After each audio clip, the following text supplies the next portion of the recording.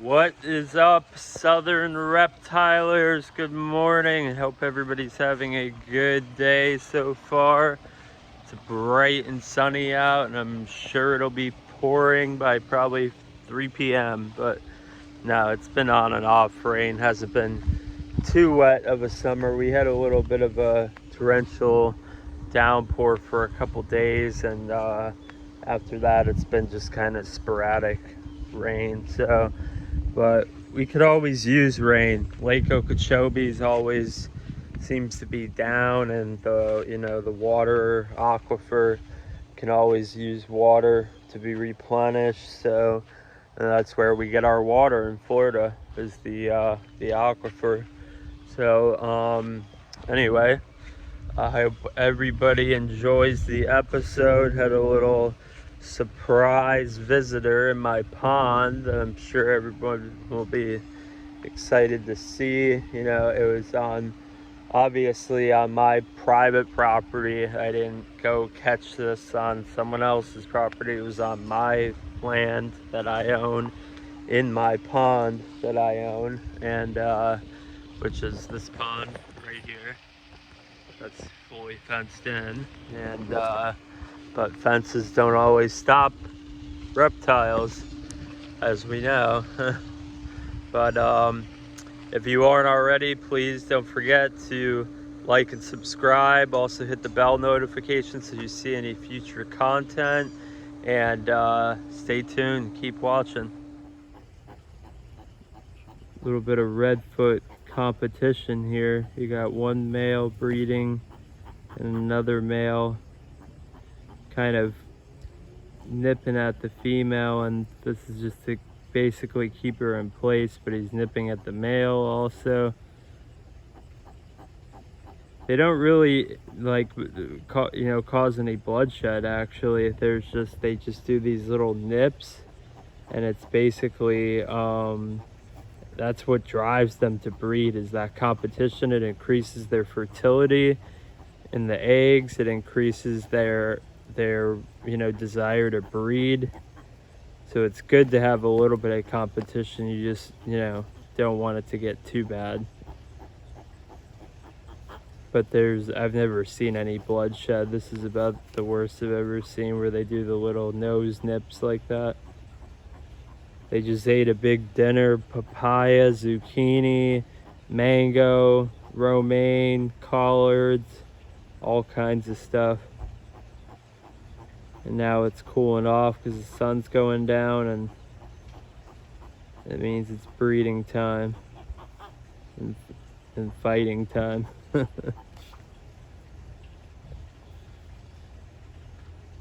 But I keep an eye on them just in case, but I've never had a serious injury.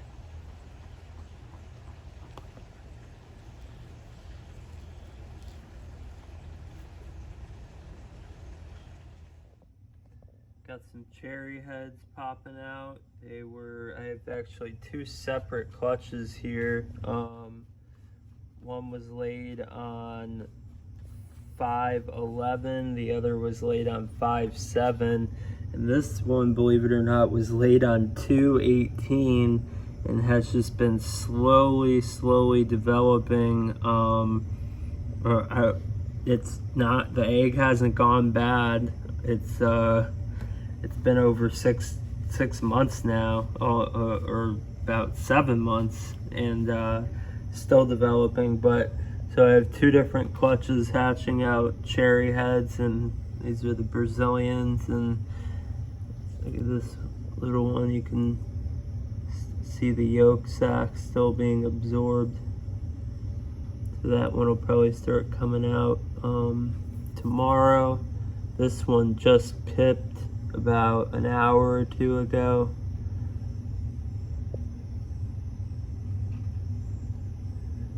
So usually when they break free, I don't, break open. I don't like to help them out of the egg, but what I'll do is I'll pop open what I like to call just a little window, basically. And that window provides them where they can stick their head out and get a clear, unobstructed kind of airway, because I've unfortunately lost hatchlings in the process of hatching due to some of the fluid in the egg. The amniotic fluid in the egg will cover up their nose, and they're unable to open their mouth because they're packed into the egg, and they unfortunately suffocate. It's only happened about, once or twice in nature. I'm sure it happens all the time, but so that's what I do. Once they pip wherever the spot is that they pipped in the egg, where their little egg tooth breaks the hole open in the egg, I just break a little window there for them so they can poke their head out and have a clear, unobstructed spot where they can breathe and not suffocate in the egg, So, but I like them to be able to crack out of the egg themselves and take their time. If they stay in the egg for 3 days, that's fine. Some are slower than others to hatch, and they part of building their strength is breaking out of that egg. So these ones here, I'm 5'7", should hopefully, this one I'm kind of unsure about, but these 3 should hopefully be hatching within the next couple hours or day or so. And this one, I'm still having hopes that it'll hatch. It's another cherry that just got out of the egg this morning. Look at that shell pattern. Bug flying around on it, but that shell pattern is just beautiful. Look at these shells. They're gorgeous, perfectly just shaped like the egg. And it's amazing how the anatomy and how they're able to flatten out after coming out of the egg in such a short amount of time. And that's really key to why I moved them to sphagnum moss, which holds such high humidity, and that just adds to the shell flattening and giving it a good shape. Otherwise they can develop ridges and things like that where you don't want. There's another one over here, still has the very rounded shell, still has a little bit of a yolk sac. So once they're all out of the egg, probably by later this afternoon, I'm gonna move all of these, I'm gonna wash them off and then move them over to sphagnum moss and keep them on that for about usually the first month.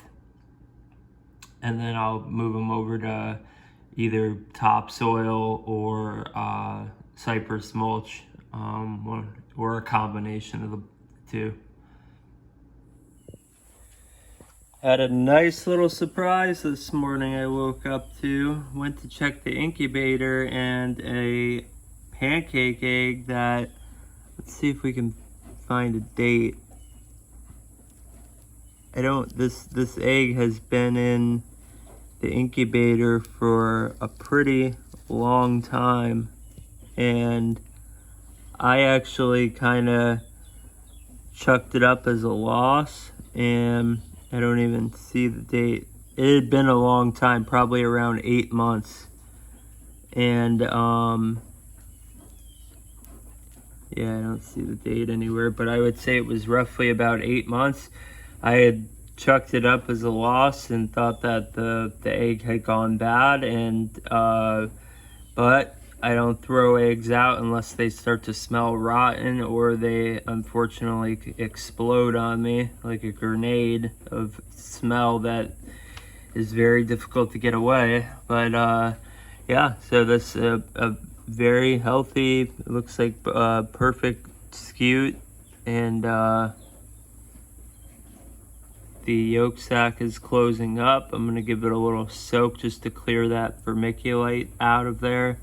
And it's got a little bit of vermiculite on the face. Vermiculite's like beach sand, where you're like, you get off the beach and you want to get the sand off you. It's like, I give them a little rinse to get the vermiculite off of them, and then I'll get it on some substrate, either some organic topsoil or organic cypress mulch or sphagnum moss, or a combination of one of the two or two of the three. And yeah, so this is probably the last one of the season. Trying to get a good focus there. Last hatchling of the season. I might have one more fertile egg, and then they will usually start laying around October, September, October, November, December. I think I actually got a pancake egg on Christmas Eve or Christmas Day, if I'm remembering correctly, on one of my YouTube videos. But yeah, so always happy to bring another captive born little pancake into this world. And these guys, like I've mentioned in previous videos, they just come out ready to go. They're like little tanks. They're not like the redfoots where, you know, they sit for 5 days and absorb the yolk sac. These guys absorb the yolk sac and it's go, go, go, which is typical of a grassland species that's not going to have many hiding spots to avoid predators like redfoots would, that are typically, you know, the redfoots can be found in areas that are you know, open, you know, prairie type areas, but generally they're found in dense rainforest, and they have that ability to be able to sit in the nest or outside the nest, near the nest, and absorb their yolk sac. These guys are not as fortunate. So they got to be ready to go and be on the move, and they do move quick. These pancake tortoises are fast, and they're great climbers. And if you didn't know that, that is a fact. These guys can climb very well due to, you know, where they're from, Tanzania and Kenya. They like to climb on rocks and wedge into rocks, and they're definitely good at it. So good morning, good start to the morning. Getting some trees removed right now, invasive Brazilian pepper. Getting my new fence put in, and the Brazilian peppers were blocking the easement line. So this guy's pretty good. He climbed up the entire tree, and now he's cutting it down.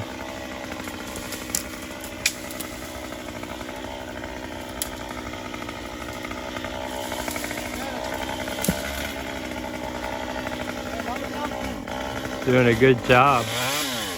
That would have taken me 3 hours.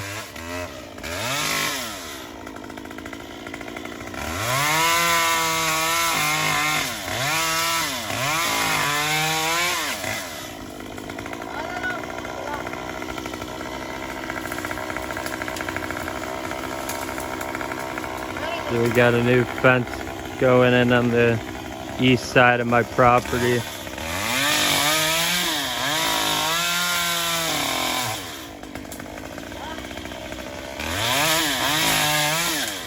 Keep you updated. And here's the new fence put in. New chain link running on the east side of my property, and I have areca palms on my side. This is the neighbor's side. These are all the branches and everything I gotta clean up over the next day. I had to go get a new chainsaw. My chainsaw was just worn and torn from all the tree branch cutting I've been doing since we moved onto the property. There was a lot of branches and a lot of work that needed to be done, but the fence looks great and just, you know, keeps the property more secure, helps keep predators out, other animals such as dogs and things like that.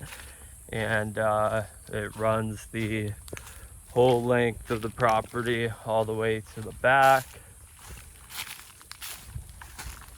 And as you can see,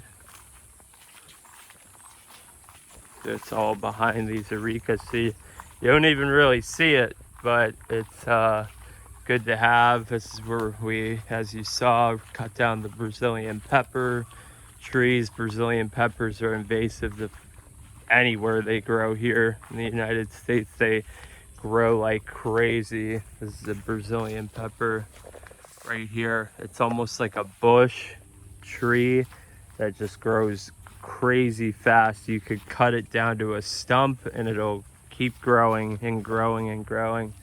So the fence comes down, and then there's a bit of a slope. There's a cardinal flying over there. I love seeing the wild cardinals in my yard. So yeah, I'll run all the way down to here. Almost 200 feet of fence installed by my buddy Anthony Long, Fence Services in Palm Beach County. So I'm out here catching fish to feed to some of my turtles, and look what I come to find in my pond. This is South Florida for you. Little baby 1 foot alligator in my pond. I'm not very scared. This is probably the same one that I caught in my pool and released in the canal, but I don't know that. There's alligators all over the place. Look, he's swimming right up to me. It looks like it's nibbling on minnows or something.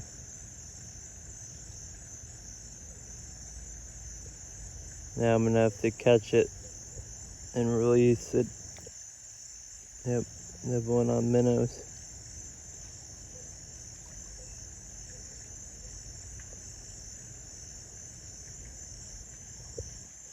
Look at this, my foot's right here. It's like 3 feet in front of me, swimming right up to me. Meanwhile, there's a bunch of fish in my trap. Alright, so I got my net. Normally I would grab a little one like this by hand. I've dealt with bigger alligators, but trying to film it and hold a flashlight and grab it by hand, even though it's small, it's just not worth risking taking a little bite from a gator. So just gonna net him here. And don't anybody try this at home. If you don't have to, call FWC or an experienced alligator trapper, or if you're out of state, whoever your state, approved remover is.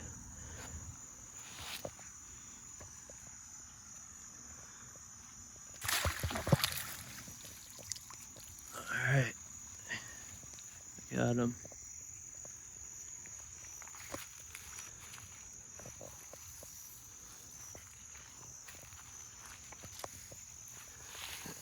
In the bucket you're gonna go.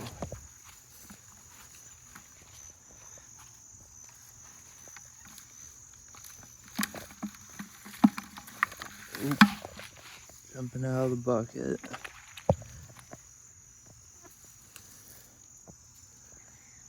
This guy, this gator.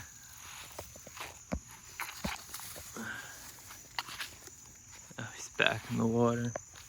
Doesn't help that I'm on a slippery bank here.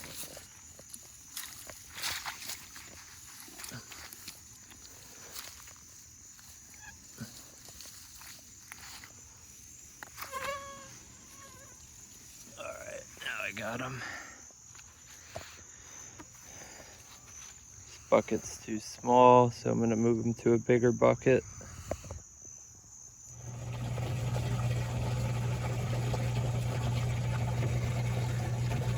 Feeding my yearling razorback musk some pellets.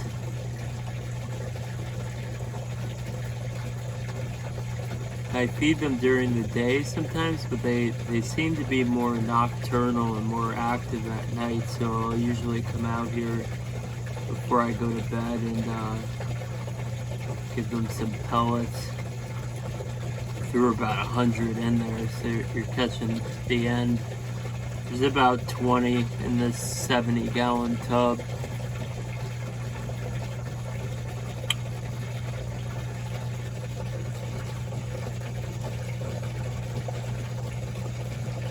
These guys are about 14 months old now.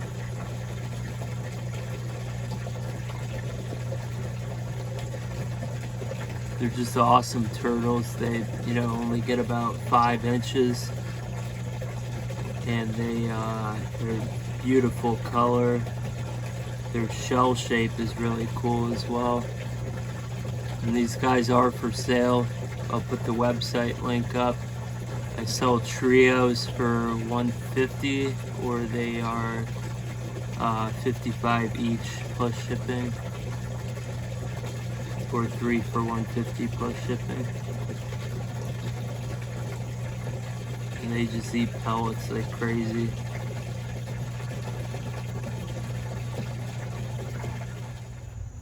Alright, so I successfully got him in a bigger container that he can't get out of. It's got a locking lid, and I put a little bit of water in for him or her, and this was done on private property, so it's legal for me to remove an alligator from my pond. And I'm gonna relocate it to a wildlife management area that's just 5 minutes from my house, where it'll have hundreds and thousands of acres to live and prosper and not be in a tiny little pond. So as you can see, it's only about a foot long, but as I said, don't try this at home. I know that sounds like a cliche statement, but it can be dangerous, and it's not a good idea to mess around with an alligator. Growing up in Florida, I've had to remove several, so I'm a little bit experienced with it. Yeah, so I'm gonna get him, moved to a good home where he'll have plenty of food and land and won't bother anybody and be in anybody's pond in their backyard, like my backyard. So I got him. I'll be probably moving them tomorrow morning. All right, so I'm en route to deliver this little guy to a safe and happy home.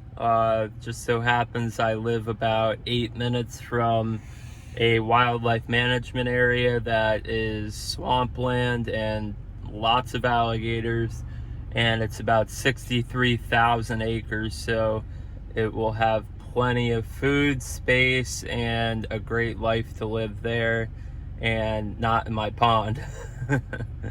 So I'm on my way there now. I pulled over because I don't want to video and drive, trying to be safe. So the little guy is on his way to his new home. All right, now I'm on a dirt road, only going 15 miles an hour. So as you can see, the area is dense woods and swampland. Plenty of space for this alligator. So I'm just driving in a little bit and gonna release him into some water where it'll thrive. So we have arrived. This is the new home. It's a bit of an upgrade from my pond. I'm gonna get him out, get him in the water. This is perfect for him because this is only him or her. This is only about a foot deep, between a foot and 6 inches deep, and then slowly gets deeper out there, but plenty of shallow water for it to eat minnows, frogs, anything it comes across. So it's gonna be great for it. All right, so here we go, off to your new home.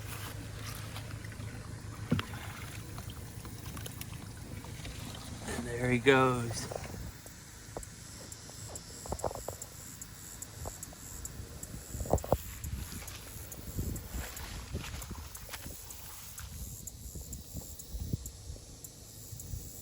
It's gonna be loving life out here.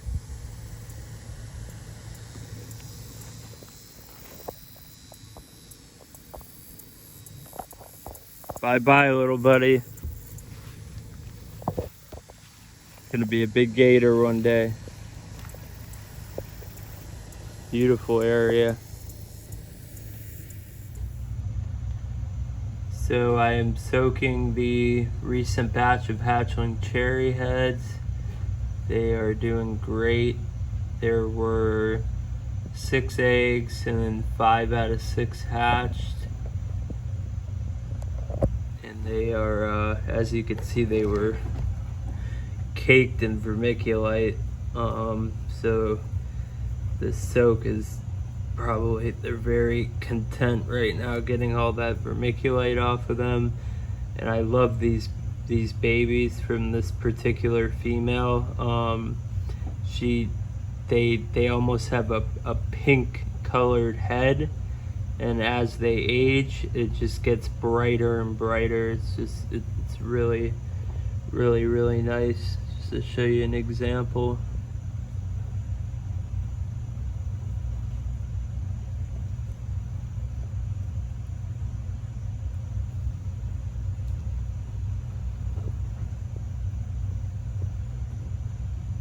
It's almost like a blue-pink color, and as they grow it turns more into a red. This one's got a beautiful shell pattern here. And here's our little pancake flapjack that recently hatched out too from an egg that I thought was bad. This incubated for around 8 months.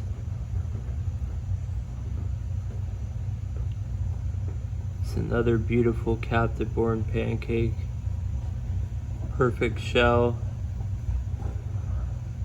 Also happy to be being soaked and out of the vermiculite, and they'll be going into tubs.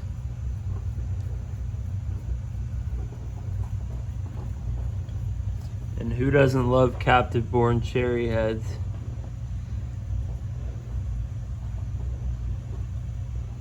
They're just one of my favorites. I think I say that on every episode about every tortoise though. All right, ladies and gentlemen, that's it for this episode. Thank you so much for the support, each and every one of you. I greatly appreciate it. And also, please remember to hit that like, subscribe, and hit the bell notification so you'll see any future content that comes out.